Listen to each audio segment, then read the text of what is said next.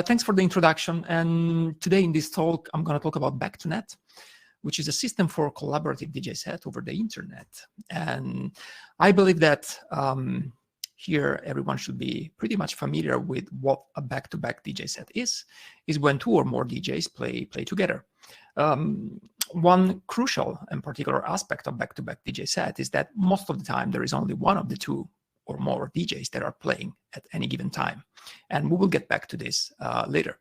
So what happened in a back-to-back DJ set is that each DJ pick and mix one song or a few songs, and then they go back and forth through the entire set. And there are many positive and perhaps also negative. I mean, I'm not here to discuss this aspect of back-to-back DJ set, and perhaps the audience managed to get a taste of both DJ in a single set.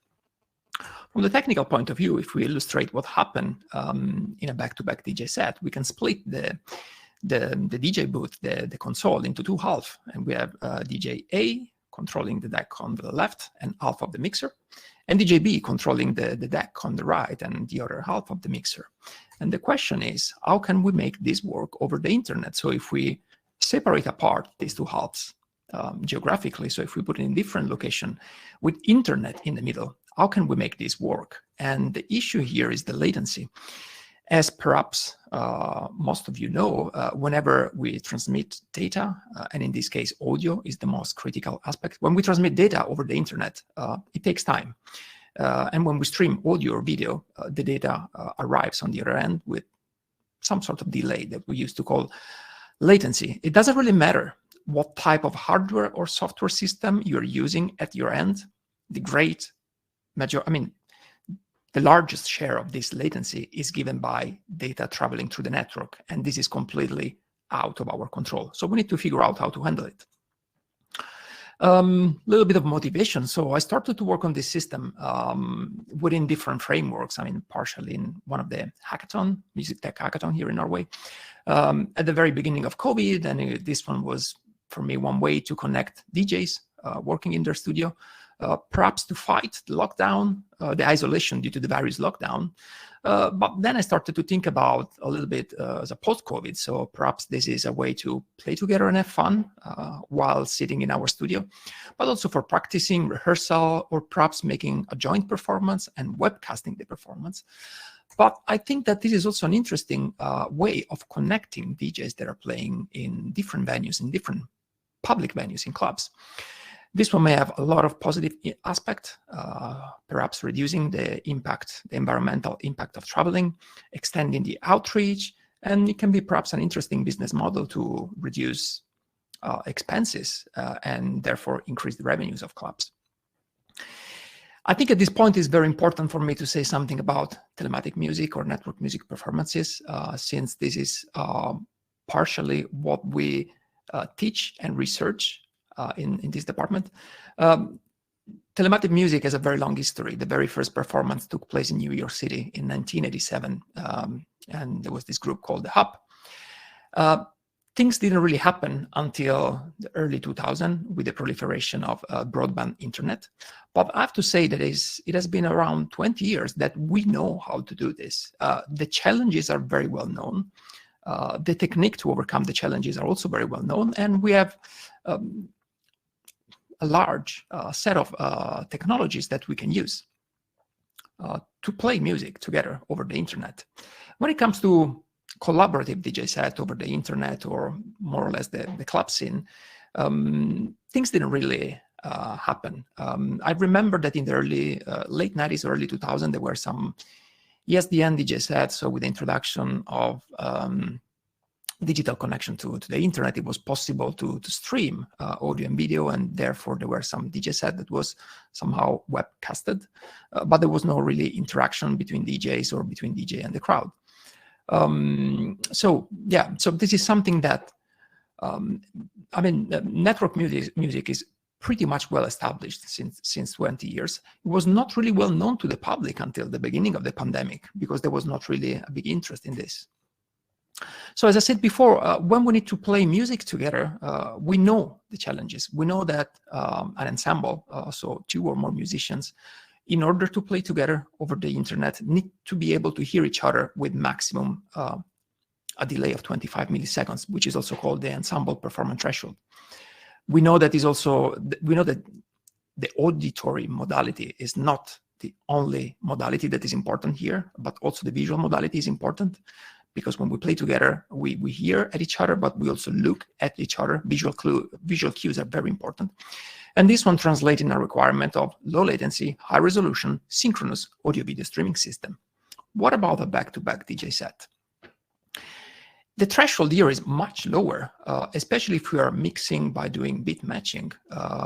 If the two tracks are misaligned by more than 3 milliseconds, we hear that the bit matching is not really going well, which is way less than 25 milliseconds. It's nearly impossible, doesn't matter how close you are to each other geographically, to have a latency that is below the 3 milliseconds, unless you're really sitting in the same building. But we can exploit one fact. As I said before, the two DJ never really play simultaneously, never really mix simultaneously. Or if this one happen, we can introduce this as a constraint of the system, and to a certain extent it can be accepted. So we have a little bit more room to play around with the latency and to handle latencies that when transmitting audio through the internet are going to be very likely exceeding the 3 milliseconds.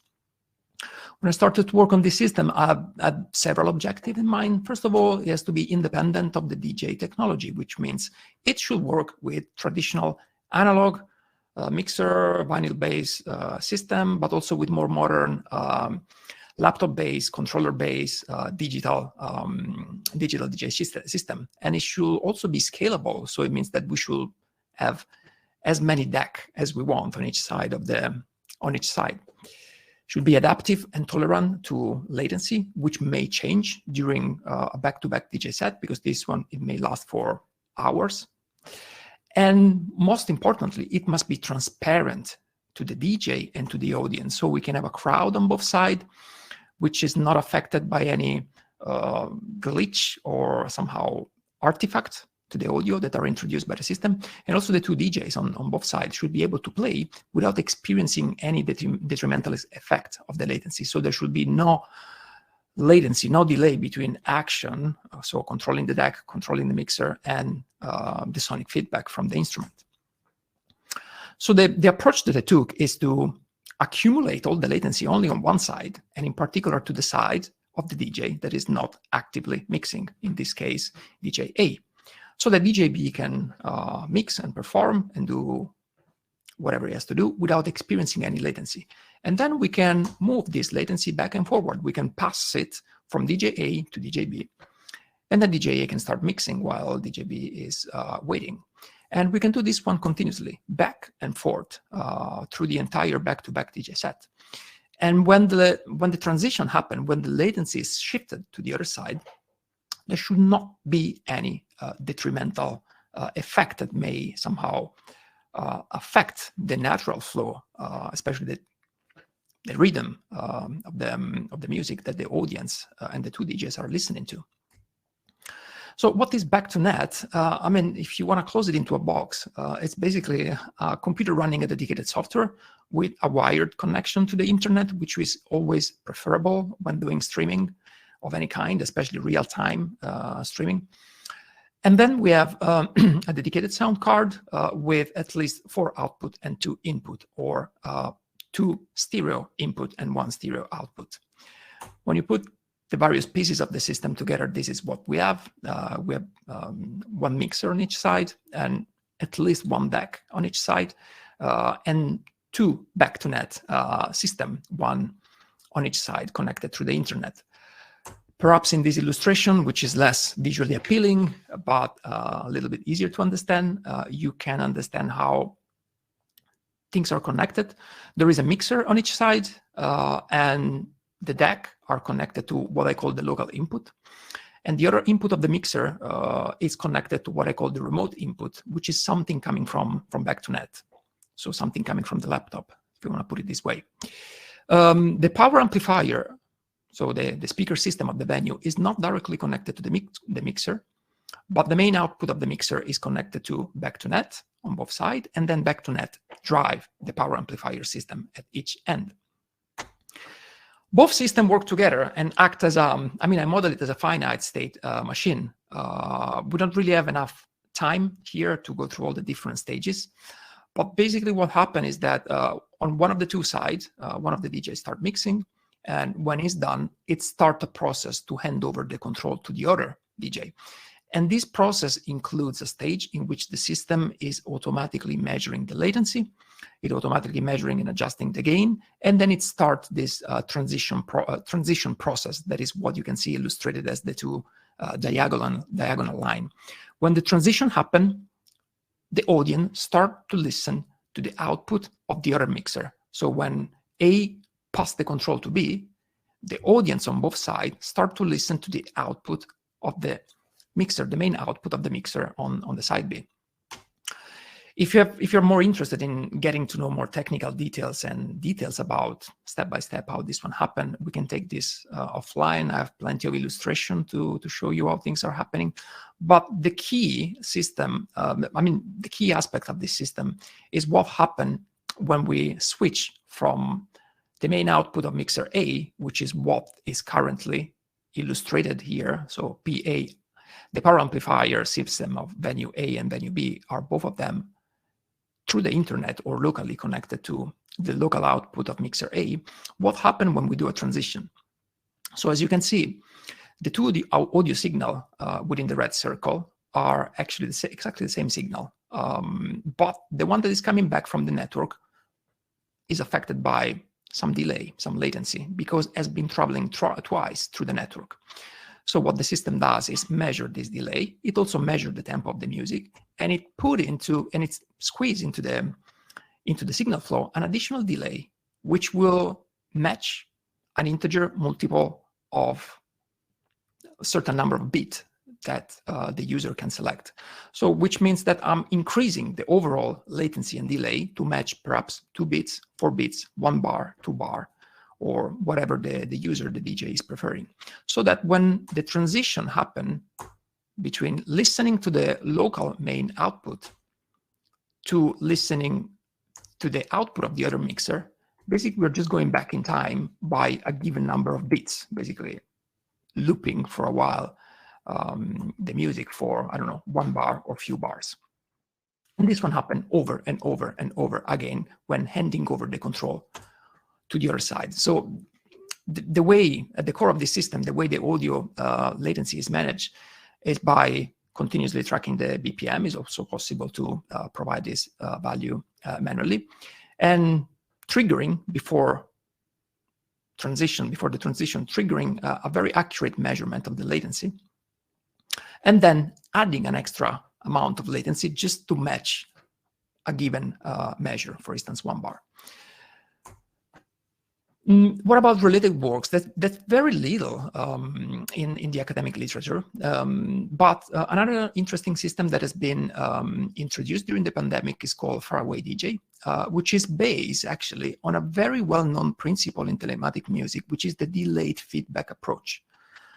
This principle simply creates additional delay between the performer and the sound of its own instrument, in order to compensate the overall latency and delay that the various musicians experience in the telematic performance. So basically, with Faraway DJ, we experience some sort of like latency. All the DJs on both sides experience some sort of latency between the control and the sonic feedback, which means interacting with the DAC, interacting with the mixer, and hearing the associated resulting effect. There's been other performances that claim, for instance, the EE for Beatport Parallel, which was an event run in August, in which they claim that they used a 5G network to provide low latency and mix 2 live sets together seamlessly from 2 remote locations. When I went to watch the video, I didn't really see much of a back-to-back interaction in there. And honestly, a 5G network just provides more bandwidth. It doesn't really reduce the latency at all. And what is the current status of this system and the limitations?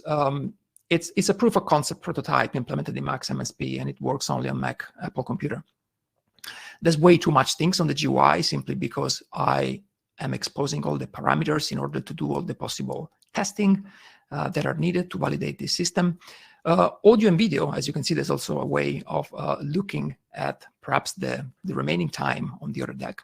Audio and video are transmitted using traditional peer-to-peer channels, which still requires logic ports to be open. And to make this usable by the average user, we still need a lot of UI and UX improvements. But overall, the system has been tested in realistic scenarios. So in theory, it can work. And yeah, I think I finished my time, and thanks for listening, and I'll be happy to take some question. Super on time. I'm incredibly impressed. And what a cool system. Thank you for sharing it with us. Anyone got any questions to start off with?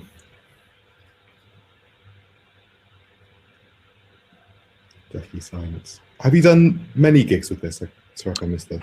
No, actually, at the moment, I mean, when there was really a lot of people working on this, here in Oslo, at least we were in full lockdown. So it was also very difficult to actually test it because there were very strict rules in the CDA, in the department, to not get together or to not get access in the department.